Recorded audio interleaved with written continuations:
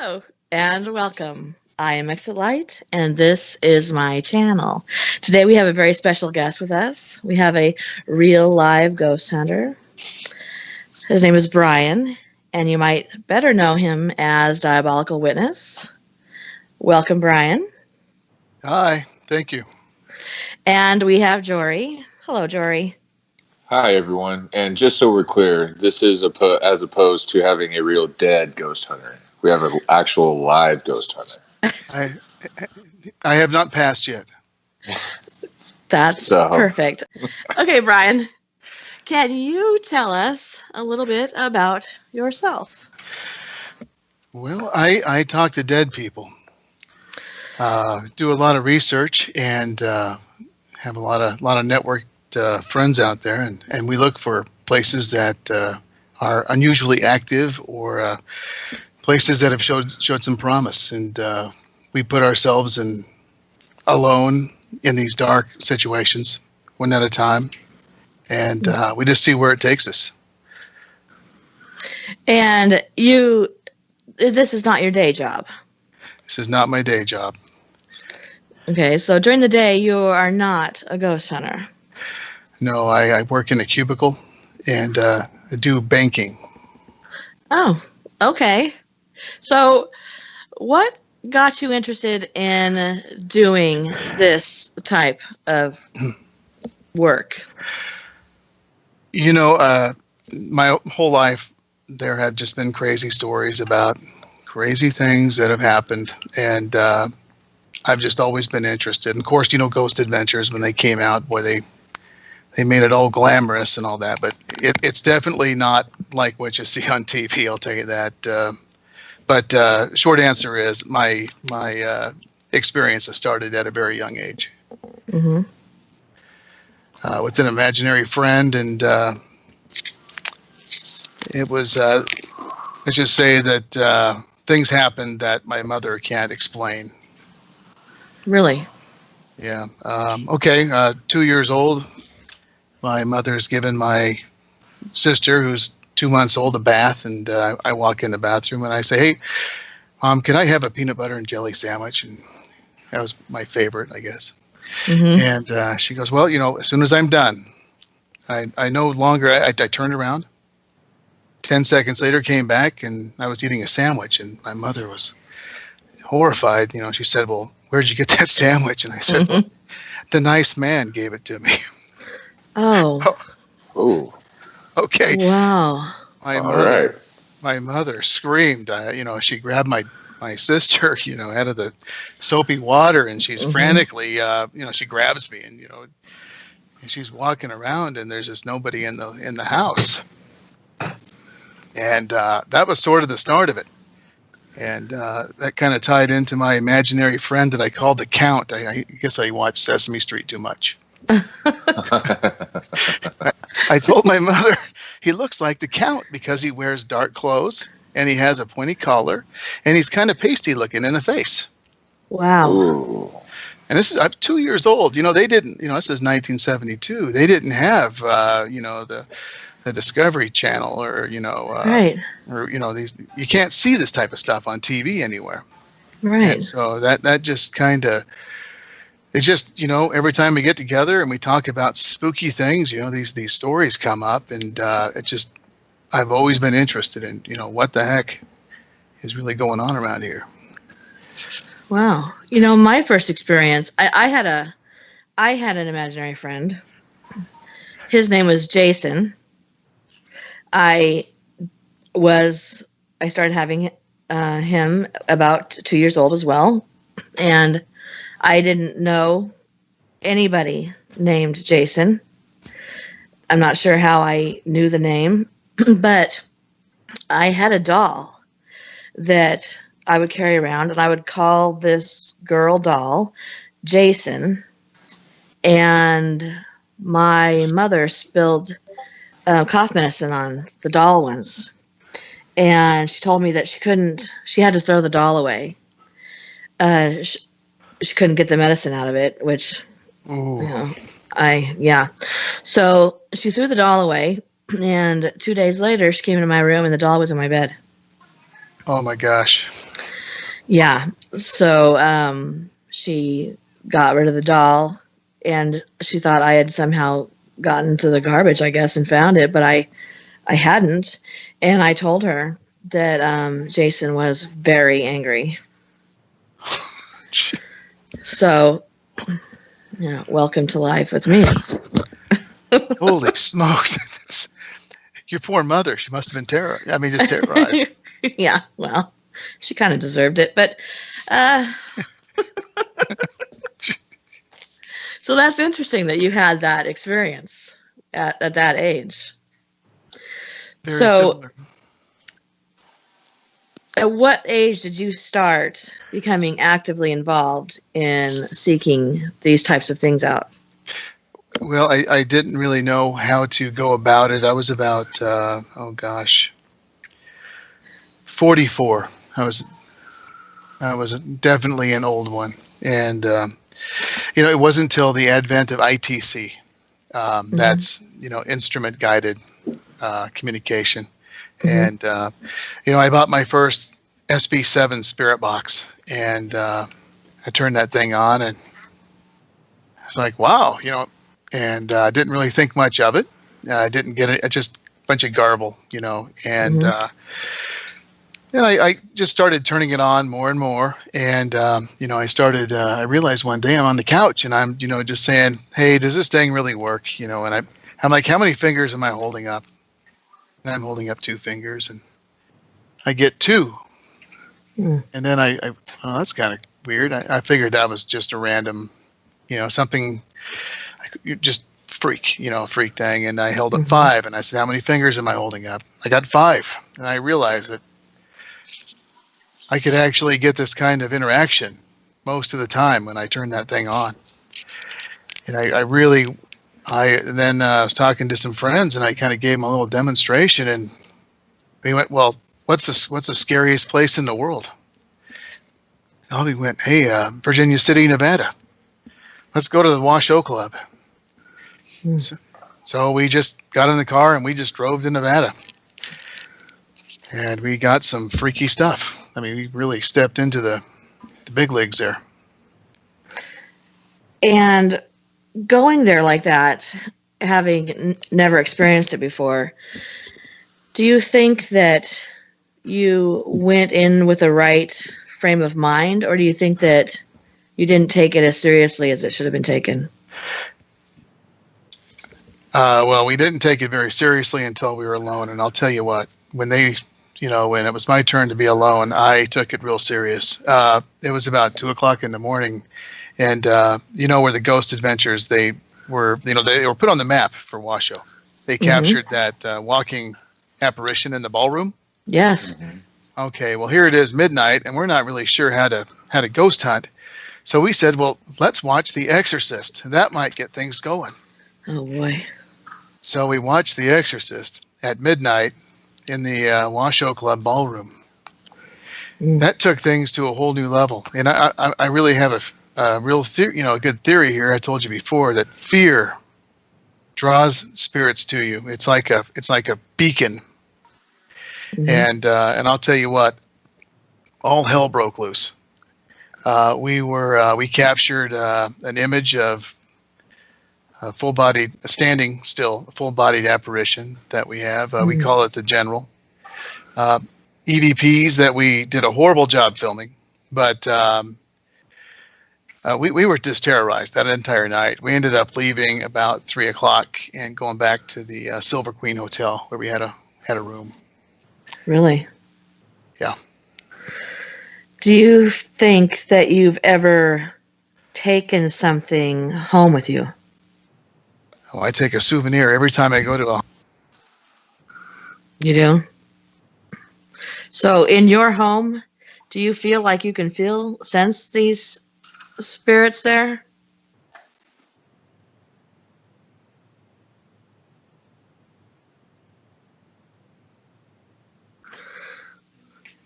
Nope. No, I'm not hearing him.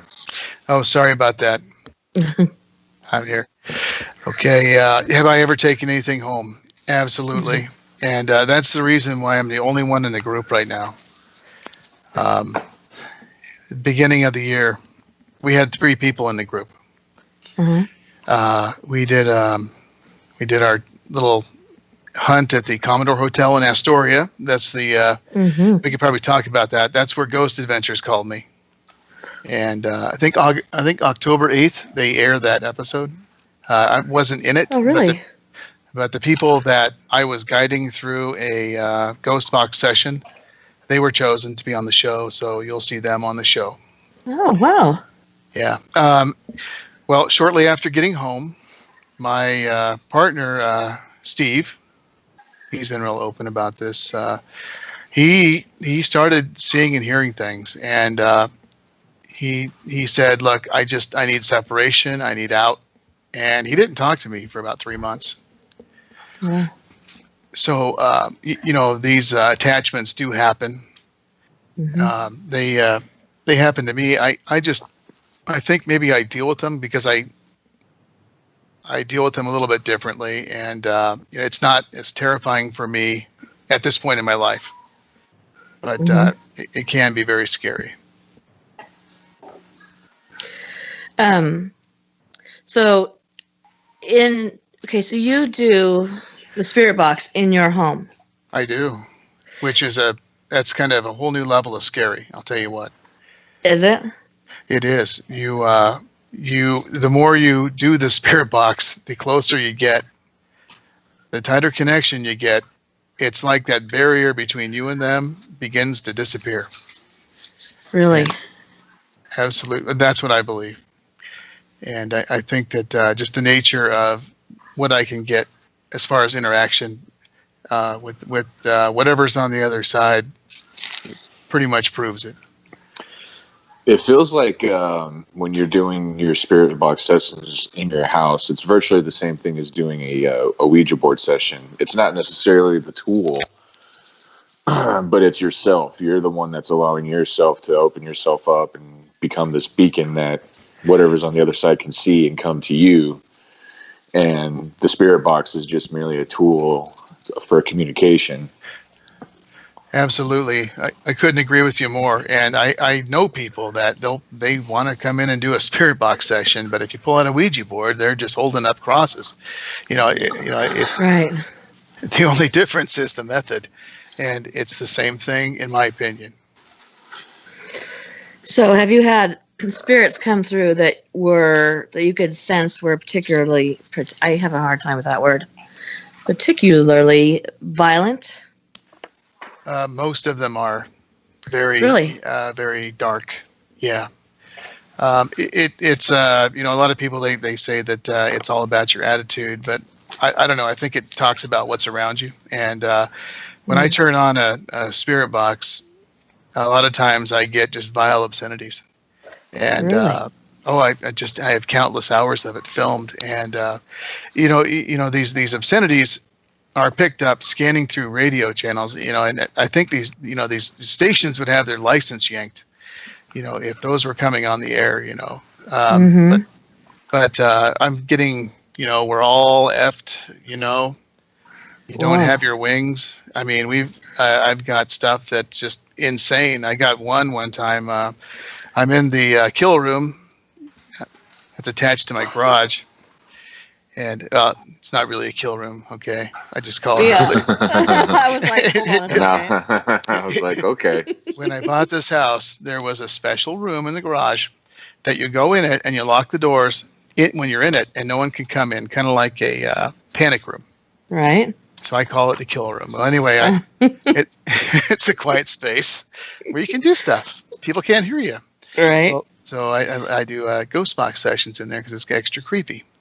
Well, I get this one, it's out of the blue. It's like, damn it, Frank, the neighbors are in my house.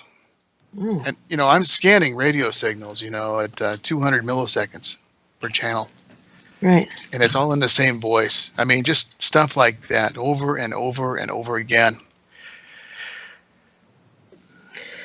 Well, I was at one of your live streams, and you asked it to say my name or the name of the woman who was also there, and it very clearly said twice, Tracy. I probably didn't even know your name at the time. You know, Yeah. I left. it's kind of spooky. I don't blame you. Uh, there's something that I've been doing lately. It's when I write something down on a piece of paper. I haven't done this for a couple months. I was kind of going to give it a break, but I'll write something down on a piece of paper like red shoe or big boat. Mm-hmm. I'll fold it up and I'll set it down on the table and I'll ask what it is. And I have a 100% success rate having that phrase repeated. And I don't Really? Yeah, and I'm doing, I don't really have the strength to do it for more than 20, 25 minutes at a time because it really drains you because you're listening, and it's just draining. I can, so I'm having about 100%, close to 100% success rate in about a 25-minute period. It's the odds of that are pretty slim. Right. I'm curious. So you seem to have this channel, this link, this communication link to whatever is in your home. Yeah. Is there more conversation than like you writing down, something on a piece of paper and it telling you what it says? Like, is there like a dialogue? Is there a getting to know? Yeah, there is. They're really kind of stubborn. They like to say names, and they if you start asking about numbers, you start getting numbers across the ghost box. But there's always a dominant force. I went through my first dominant force was Nathan. That's every time I would turn the spirit box on, I'd get Nathan about once a minute at least. Mm-hmm. And then it went to Paul. Mm. And that's when Steve left the group, is when we had Paul coming across the ghost box just over and over again. We couldn't stop it. Mm. And you said you had a third member, and they're no longer involved either? No, they are not. That was more creative and spiritual. A lot of people think that what we do is, kind of, what's the word?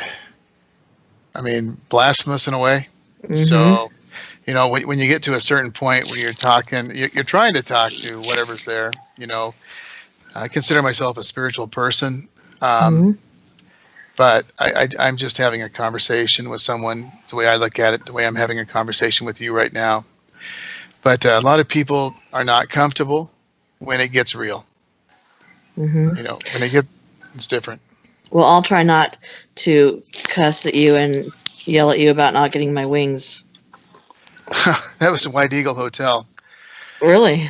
Yeah, and that is probably, other than Commodore Hotel, probably the number one or number two best place where we would get full sentences about it was a brothel. It was basically a bucket of blood.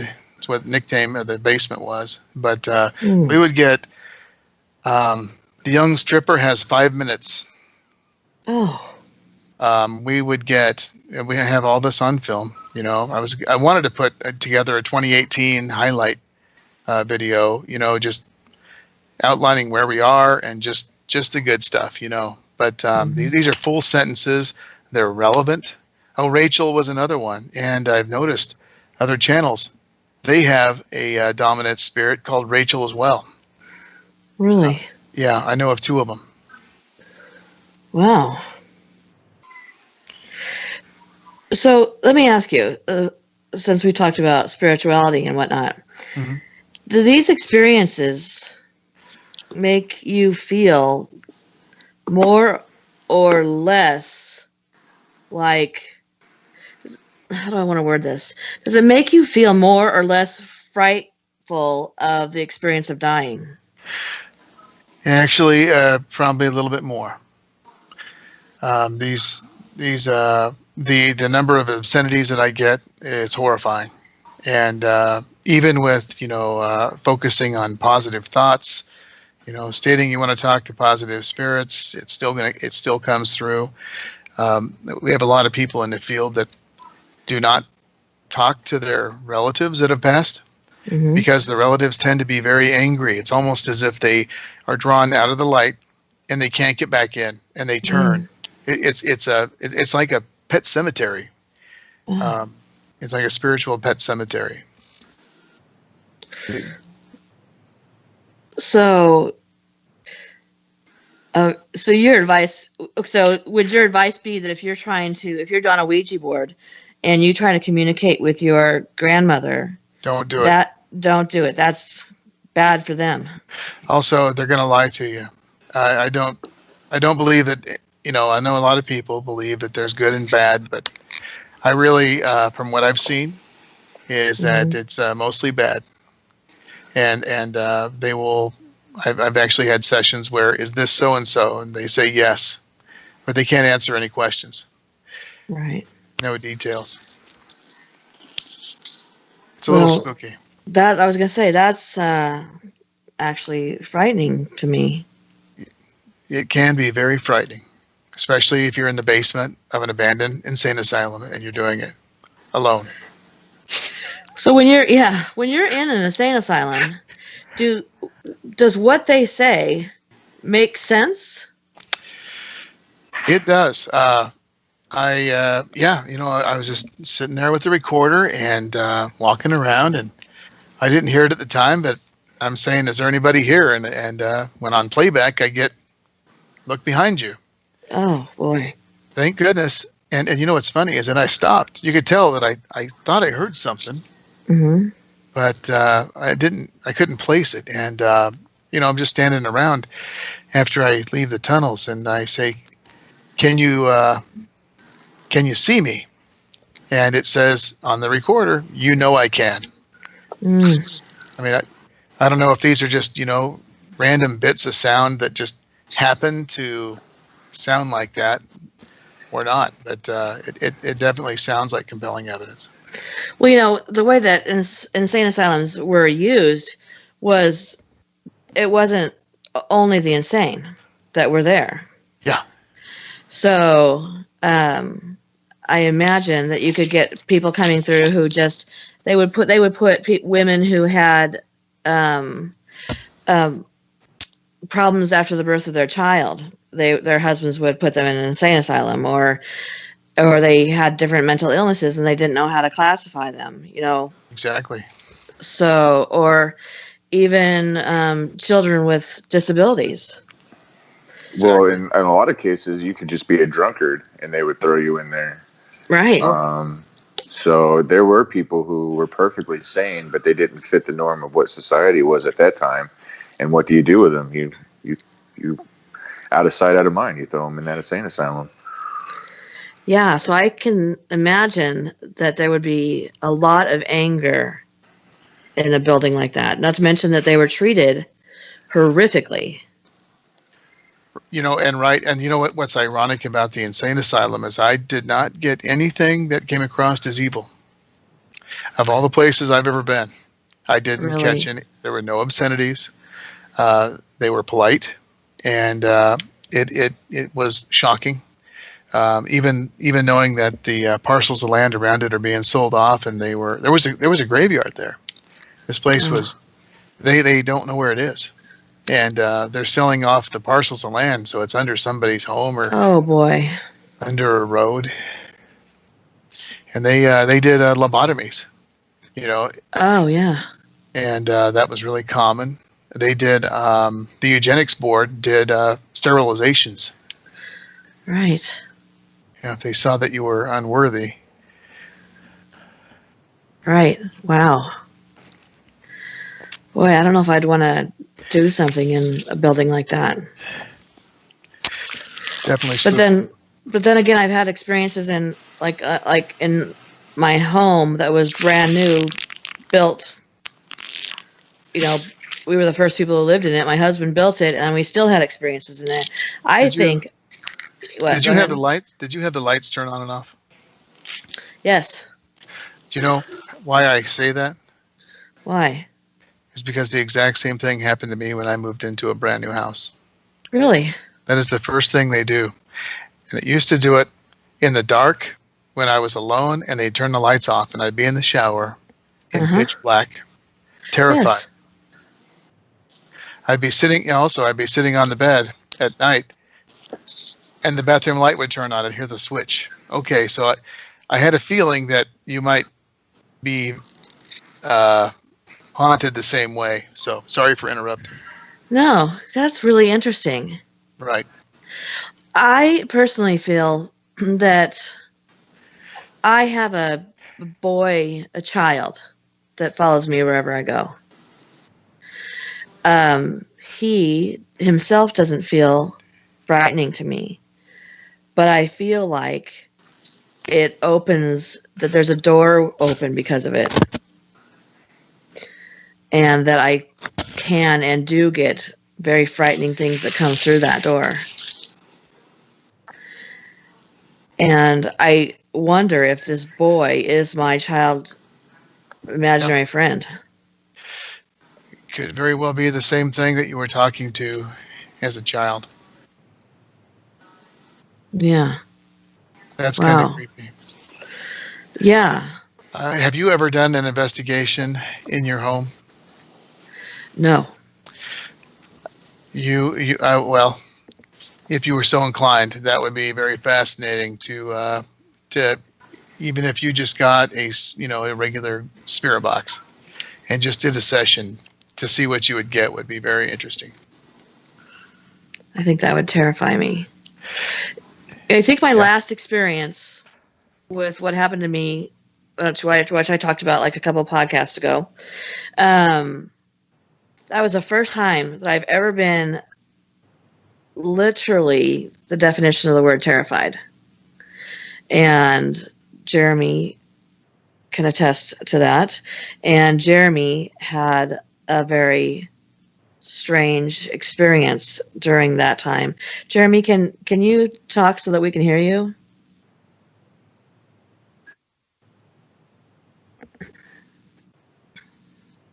Oh, okay. Well, can you go ahead and tell Brian what happened? Just the what you heard, how that happened.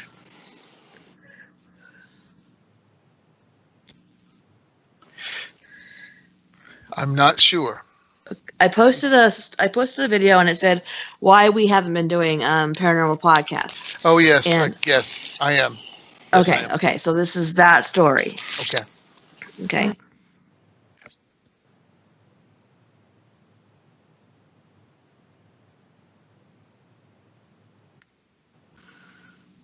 Oh jeez.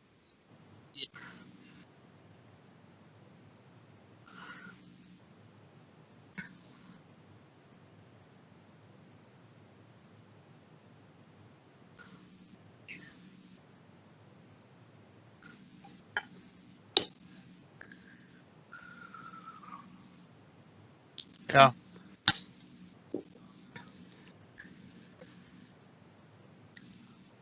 Yeah.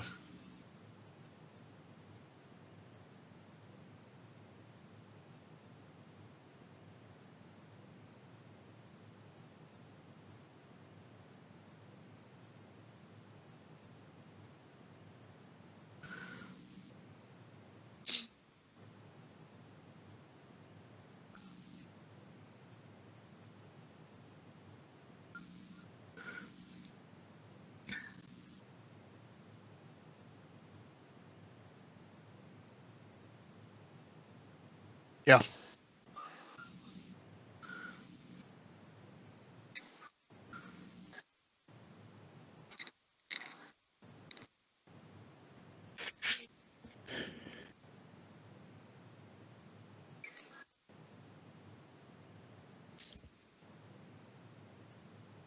Yeah. Yeah.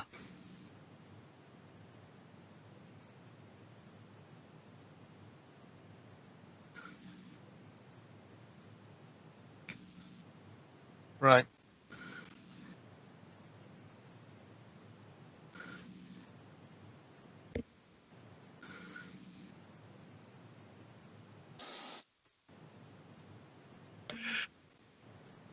Yeah.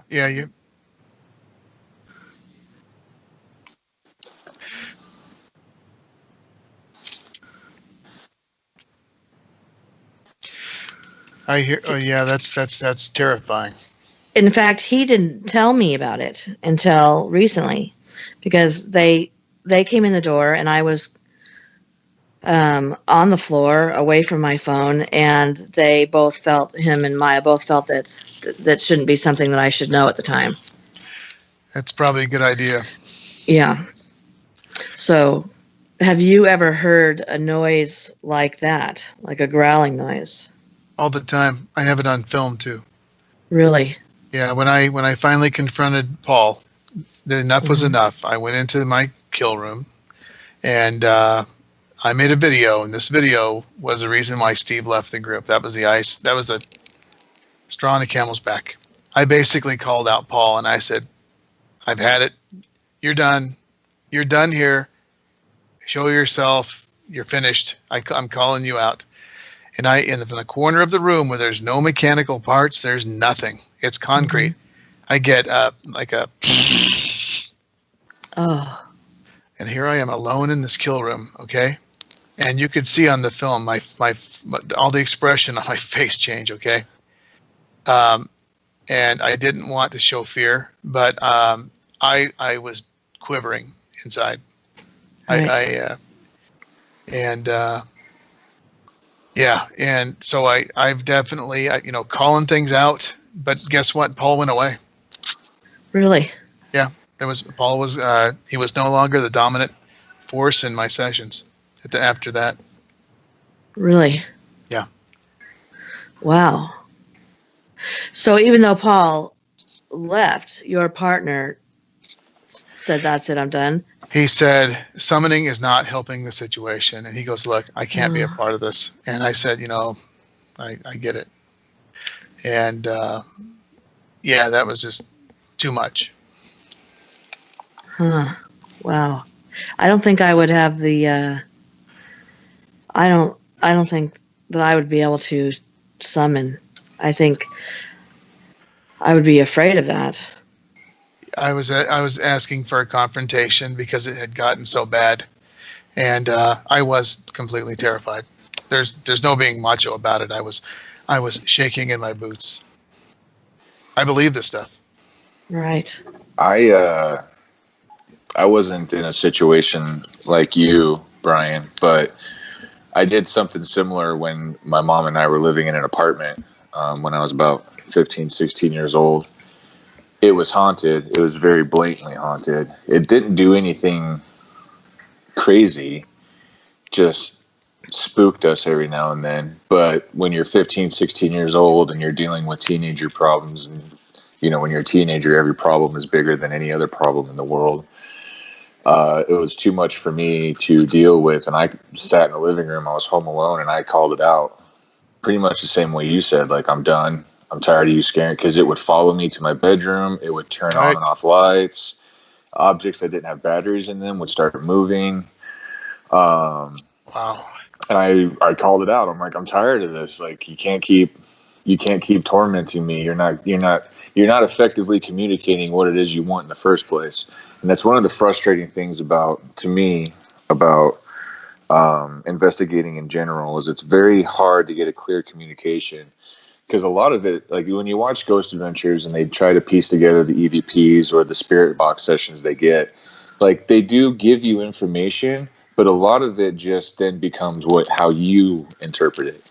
And it might not be the way the spirit is trying to communicate. It just becomes what you interpret. So for me, I wasn't interpreting any real solid communication from this thing. It just felt like it was messing with me. And I sat there and I was like, I'm done with you. Come out, show yourself. Like, I know you're here. Show yourself to me. In that situation, nothing happened. But when you get confrontational, and not in a like, oh, fight me, come fight me, I'm a big man. But when you step up and say, hey, I'm done with your crap, Yeah. it kind of seems that they also understand, like, okay, they get it, and they leave you alone. It's the fear is gone. Yeah. Hmm. There's nothing worse than fear. Do you think they thrive on fear? It's like blood in the water for a shark. The way I think of it. I feel like that too. I feel like I always try to not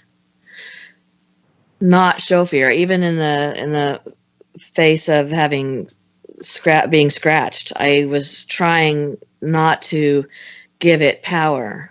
I mean, it was scratching me and had power, but I was trying to keep everybody else like to simmer down, because my husband was throwing shit into a suitcase and being like, "All right, let's get out." Yeah. And I felt like that was the type of reaction that they would look for. Yeah, I agree. So I always try not to. And that was the problem with this last thing that happened to me, was I talked to everybody on, Rob and Jory and, obviously Jeremy and everybody and Maya and my husband. And I said, I don't feel like I can do this at this point. I don't feel like we can keep continuing to have podcasts about demons and possession and things like that at this point, because I'm getting like a full blown, the sharp end of this stick is happening with me. Rob was having some things happen with him, but nothing like what happened to me. And I felt that if we kept pushing it, I didn't know if I was going to find myself in a situation I couldn't come back from. Right. And the protection is really important. I'm not the best at it, but I do carry a St. Michael and St. Christopher coin in my pocket. Mm-hmm. Crystals are good. Right. Of course, if you have any type of spiritual beliefs, that always makes you stronger. Right. There's never a downside to that. But have you found that they were all evil, or have you probably also felt protected? Have you ever seen things happen in a way things that happen that actually help you? Or is it all negative?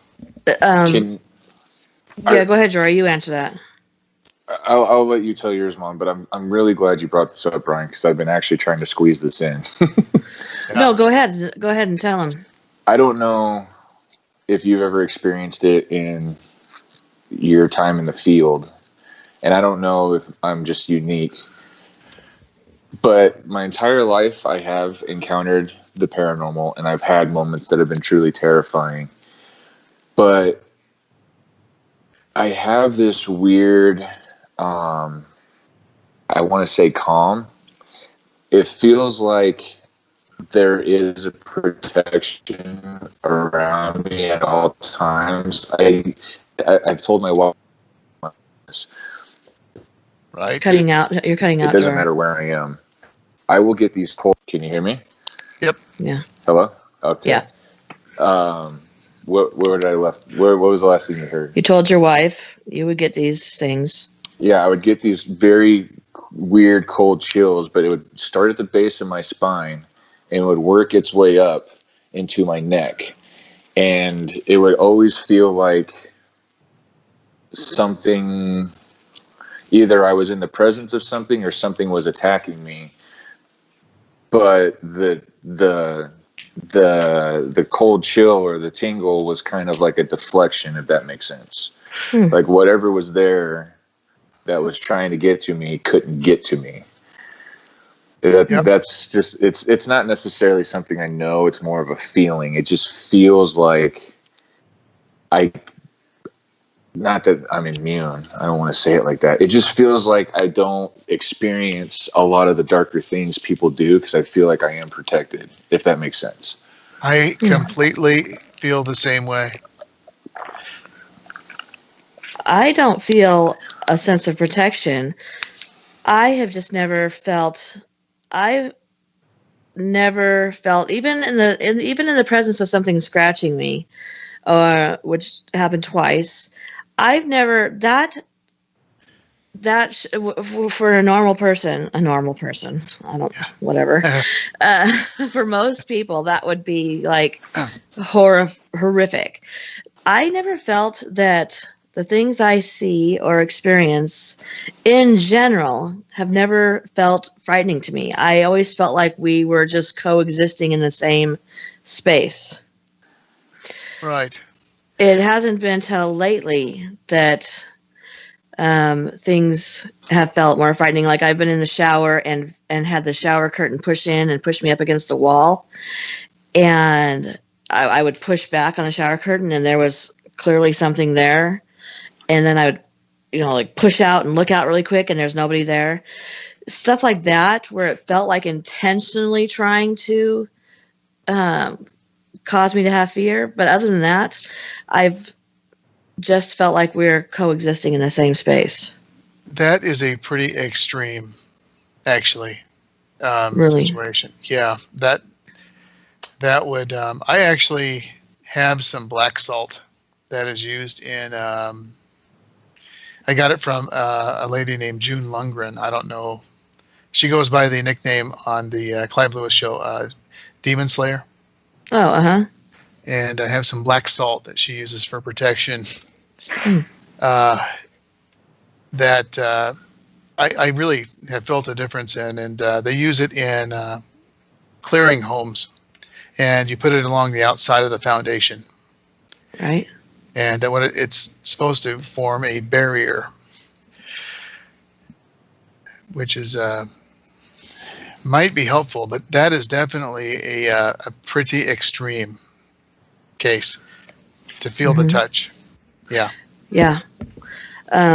Yeah, and that's just been recently. And that's pretty hard to tamp down the fear. That I know that the reaction is to that. I know that fear will feed it. But when something is happening like that, it's very difficult to not experience fear. Brian, you should come to my house. Yeah. That would be very, very fun and maybe very helpful. Yeah, maybe someday we could do something like that, Brian. I would be terrified to do something like that by myself. Really, I would. In fact, if something was done in my house, I would feel like I needed to leave. I have something, and I'll give it to Jory in a couple weeks. Okay. Okay. All right. I was just recently there back in July to visit her. And while nothing happened there, I don't know if you remember, Mom, but the very first night Kendra and I were there, we were all sitting in the living room and we were talking. Mm-hmm. And I was sitting next to JD and he was sitting next to your bedroom door. Yes. And I just kind of glazed away and started staring at your room. Mm-hmm. Oh, no. It definitely felt, and it was the one and only time I ever felt it. And after that, I never experienced anything else in your apartment. But it felt like there was. Right. I don't want to say evil, but I want to say I don't want to say there was a feeling of a presence and a pretty powerful one. Density or weight sometimes. Yeah, it just felt like somebody walked into the room and was listening to us talk. But there was no good or bad vibe to it. It was just, you could tell that something was there. Wow, it's not always evil. I've actually had whatever it is do good for me. I mean, well, not necessarily good, but I was having an argument with with my ex-wife. A mild one. We're having dinner at home, and it's just a little back and forth, but it got kind of serious. And I looked at her and I said, "God damn it, I don't know exactly what I said, but God damn it, this is absolutely bullshit." And her plate completely shattered. Whoa! It broke into like 30 or 40 pieces. It flattened out. It's like someone put a piece of plywood on it. And about 200 pounds, and it flattened out. There's the plates that we had for years, and everything was right there. It didn't fly anywhere, but the plate was just flattened. Wow! And that scared her. And I kind of always thought that maybe it was just, something maybe acting.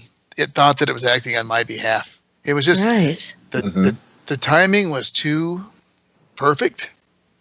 Yeah. And it was just too crazy. I mean, the plate was broken into just 24 pieces, but just sitting there. Wow. And what was her reaction to that?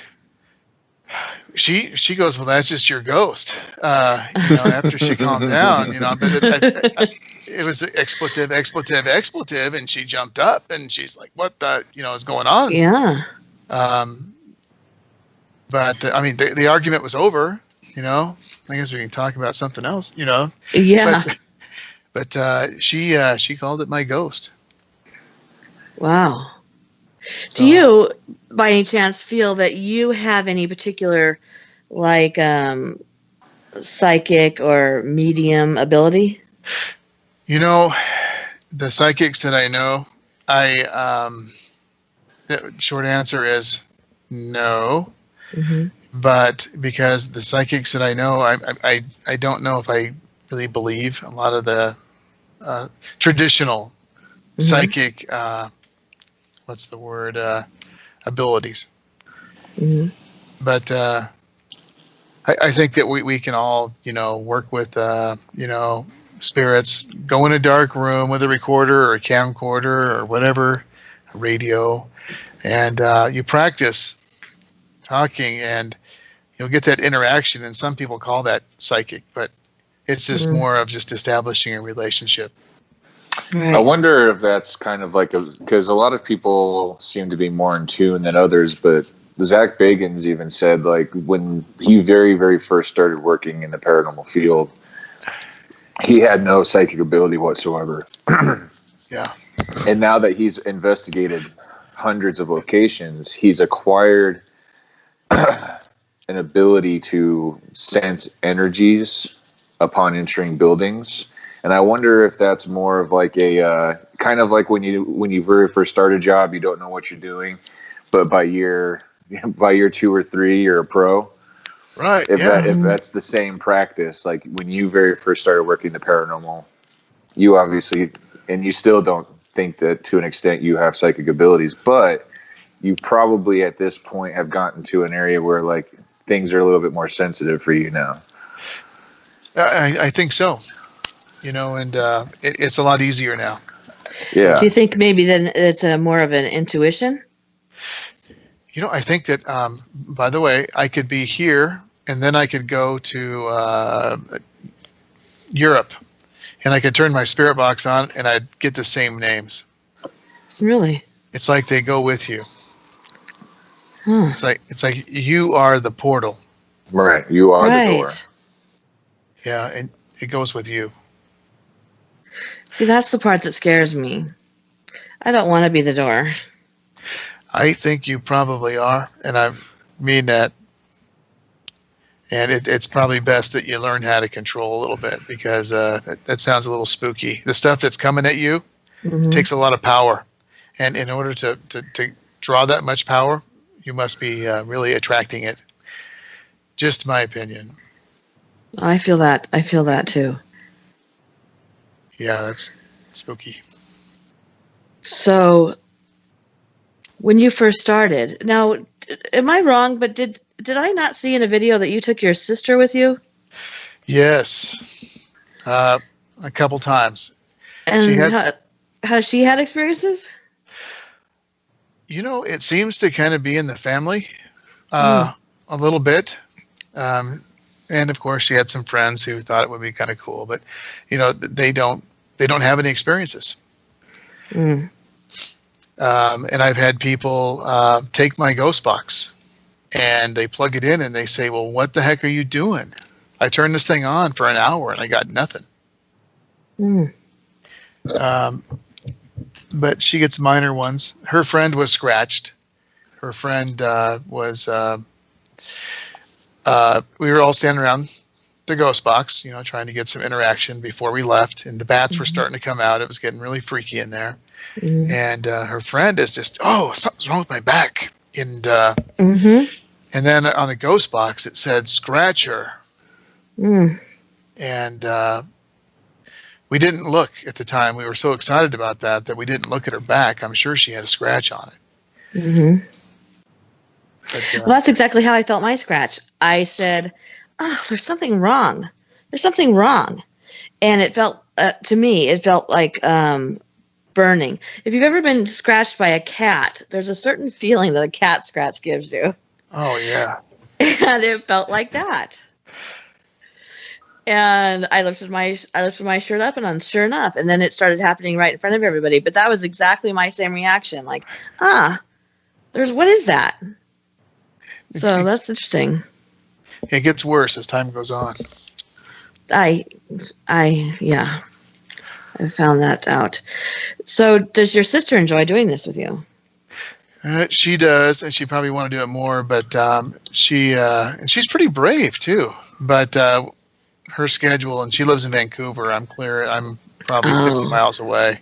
Right. So she'd probably go on every little adventure. She wants to do Virginia City. Oh, she does. Yes, and going down there in February. Mm-hmm. And I hope to go too. Yeah, that's going to be a real treat. That place is for real. So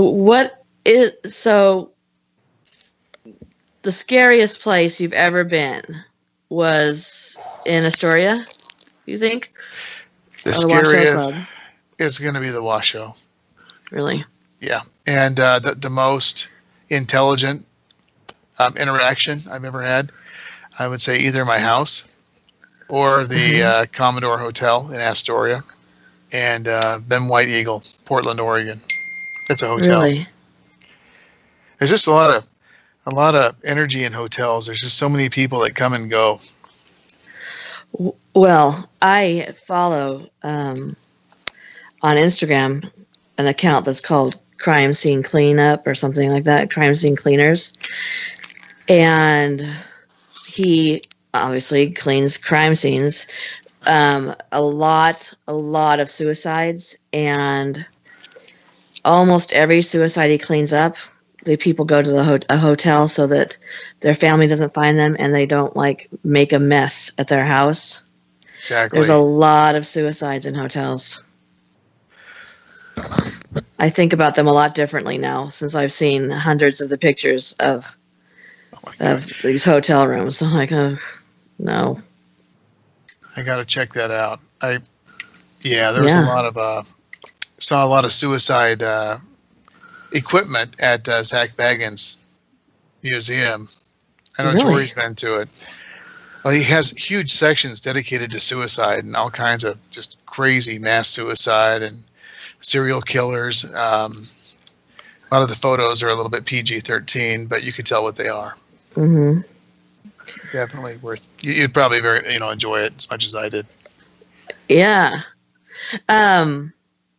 Check out that Crime Scene Cleaners, because you're going to be amazed at what hotel rooms can look like. Yeah, and then 2 days later, you're staying in the same room and you don't even know it. Wow. So, ideally, what is your bucket list place to go? Number one, Casa Grande domes. Number one.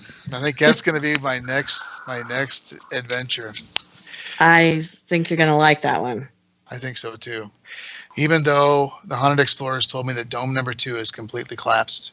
Mm-hmm. I want to go to the Sally House. What's the Sally House? That's Sally the House. one in Kansas, right? Where that couple lived and the gentleman was being tormented by a little girl. What? It's Sally. Oh. It's not a little girl. No, it's a demon that took on the form of a little girl, and he even drew her picture of what he saw, and it was like a little blonde girl with little curls and ribbons in her hair, and but it ended up being an extreme demonic haunting, right? Absolutely. And that place, from what I've seen, is absolutely for real. Um, not sure how much I believe, but the Queen Mary, I keep hearing about it. Everyone's been to it except for me. That's on my bucket list. I've been to it. Mom, you saw a How'd you shadow like it? figure on the Queen Mary, right? I sure did. Yep. Oh my gosh. Yeah, I sure did. We went before, like, you could take pictures with your cell phones and stuff. I did have a camera, but what had happened was we were on the tour. First off, there's, for some reason, and the same effect happened with my daughters. They take you to a room where you can see the propeller. Okay, it's just a propeller room. It shouldn't be something horrifying, Yeah. but the feeling in the propeller room is heavy and dark. I don't know why. But then they take you over this bridge, over this area, and you walk into, you're headed to where they had their pool. And she was telling us that, there's a lot of things seen here in this area, and it was very dark. And we just sat there and talked about it for a while, and for some reason I let the group go ahead of me and was taking photos with my camera, and then I stopped because I thought for sure that I had seen something through my camera lens. And I stopped, put my camera down, and very distinctive male figure stood there. It looked right at me and then dissipated like smoke. Oh my gosh. And so they have this book on your way out. Like, if you've ever had an experience, please write it down. And so I was telling them about that, and they were saying that many people say the exact same thing about him disappearing like smoke. And so, which made me feel like, okay, I wasn't just seeing something, but it was quite the thing to see. Yeah, That's you should go terrifying. there. Definitely on my list. Have you been to Bobby Mackey's? No, I haven't. That is on my bucket list. That place is terrifying, from what I've Yeah. heard. Yeah, that would be that would be very interesting to go do that one. And the last big one is the Conjuring House. I've always wanted to. I'm sure that you could arrange for a tour. Yes. I'm sure that. But that would just be the cat's meow.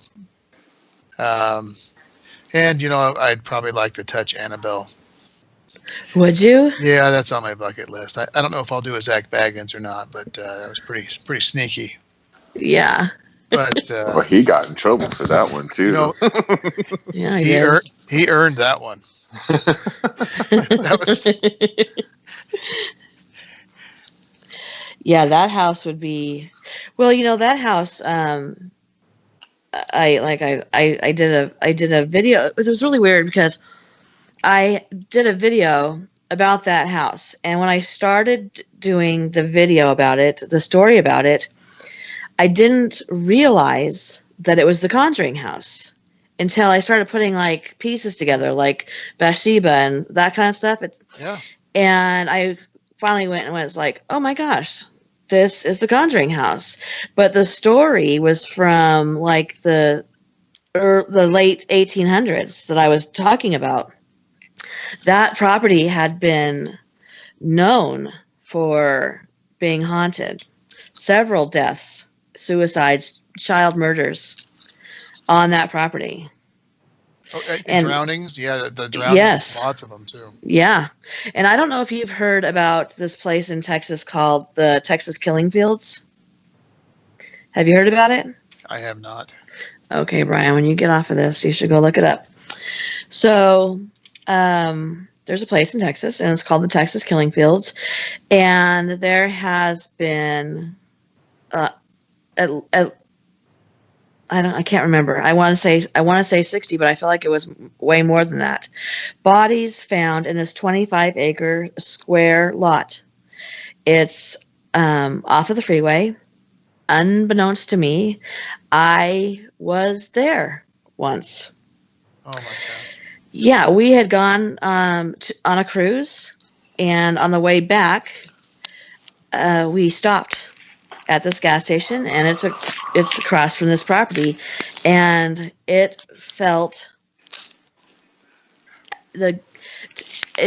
I thought at the time it was the gas station that felt strange, and as it turns out, they think that a lot of the people who were killed were actually picked up at this gas station, and it ranges from 12-year-old girls to 50-something-year-old women.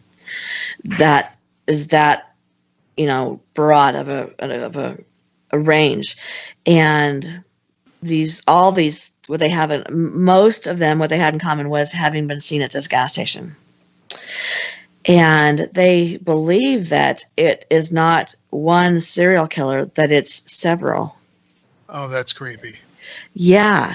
So when you're on the freeway, you can't really see it, and it's by some sort of a oil thing, or maybe it's a nuclear or something. But you can clearly see it from that, whatever that business is. You can see it from that, but it has very tall trees that are around it, so that you can't see it very clearly. And yeah, they believe they've had one man confess to having put some bodies there, but they believe that it's several serial killers, and they find new bodies all the time. So you should look that up, because I'll go to that with you. That would be on my bucket list. That sounds like it's right out of The Devil's Rejects, or Texas Chainsaw Massacre. Right. Just way out there. Right, and the bizarre part to me is the fact that they think it's more than one serial killer. Do they know each other? It would seem like they might, right? I bet they're family. Oh yeah. Just some right.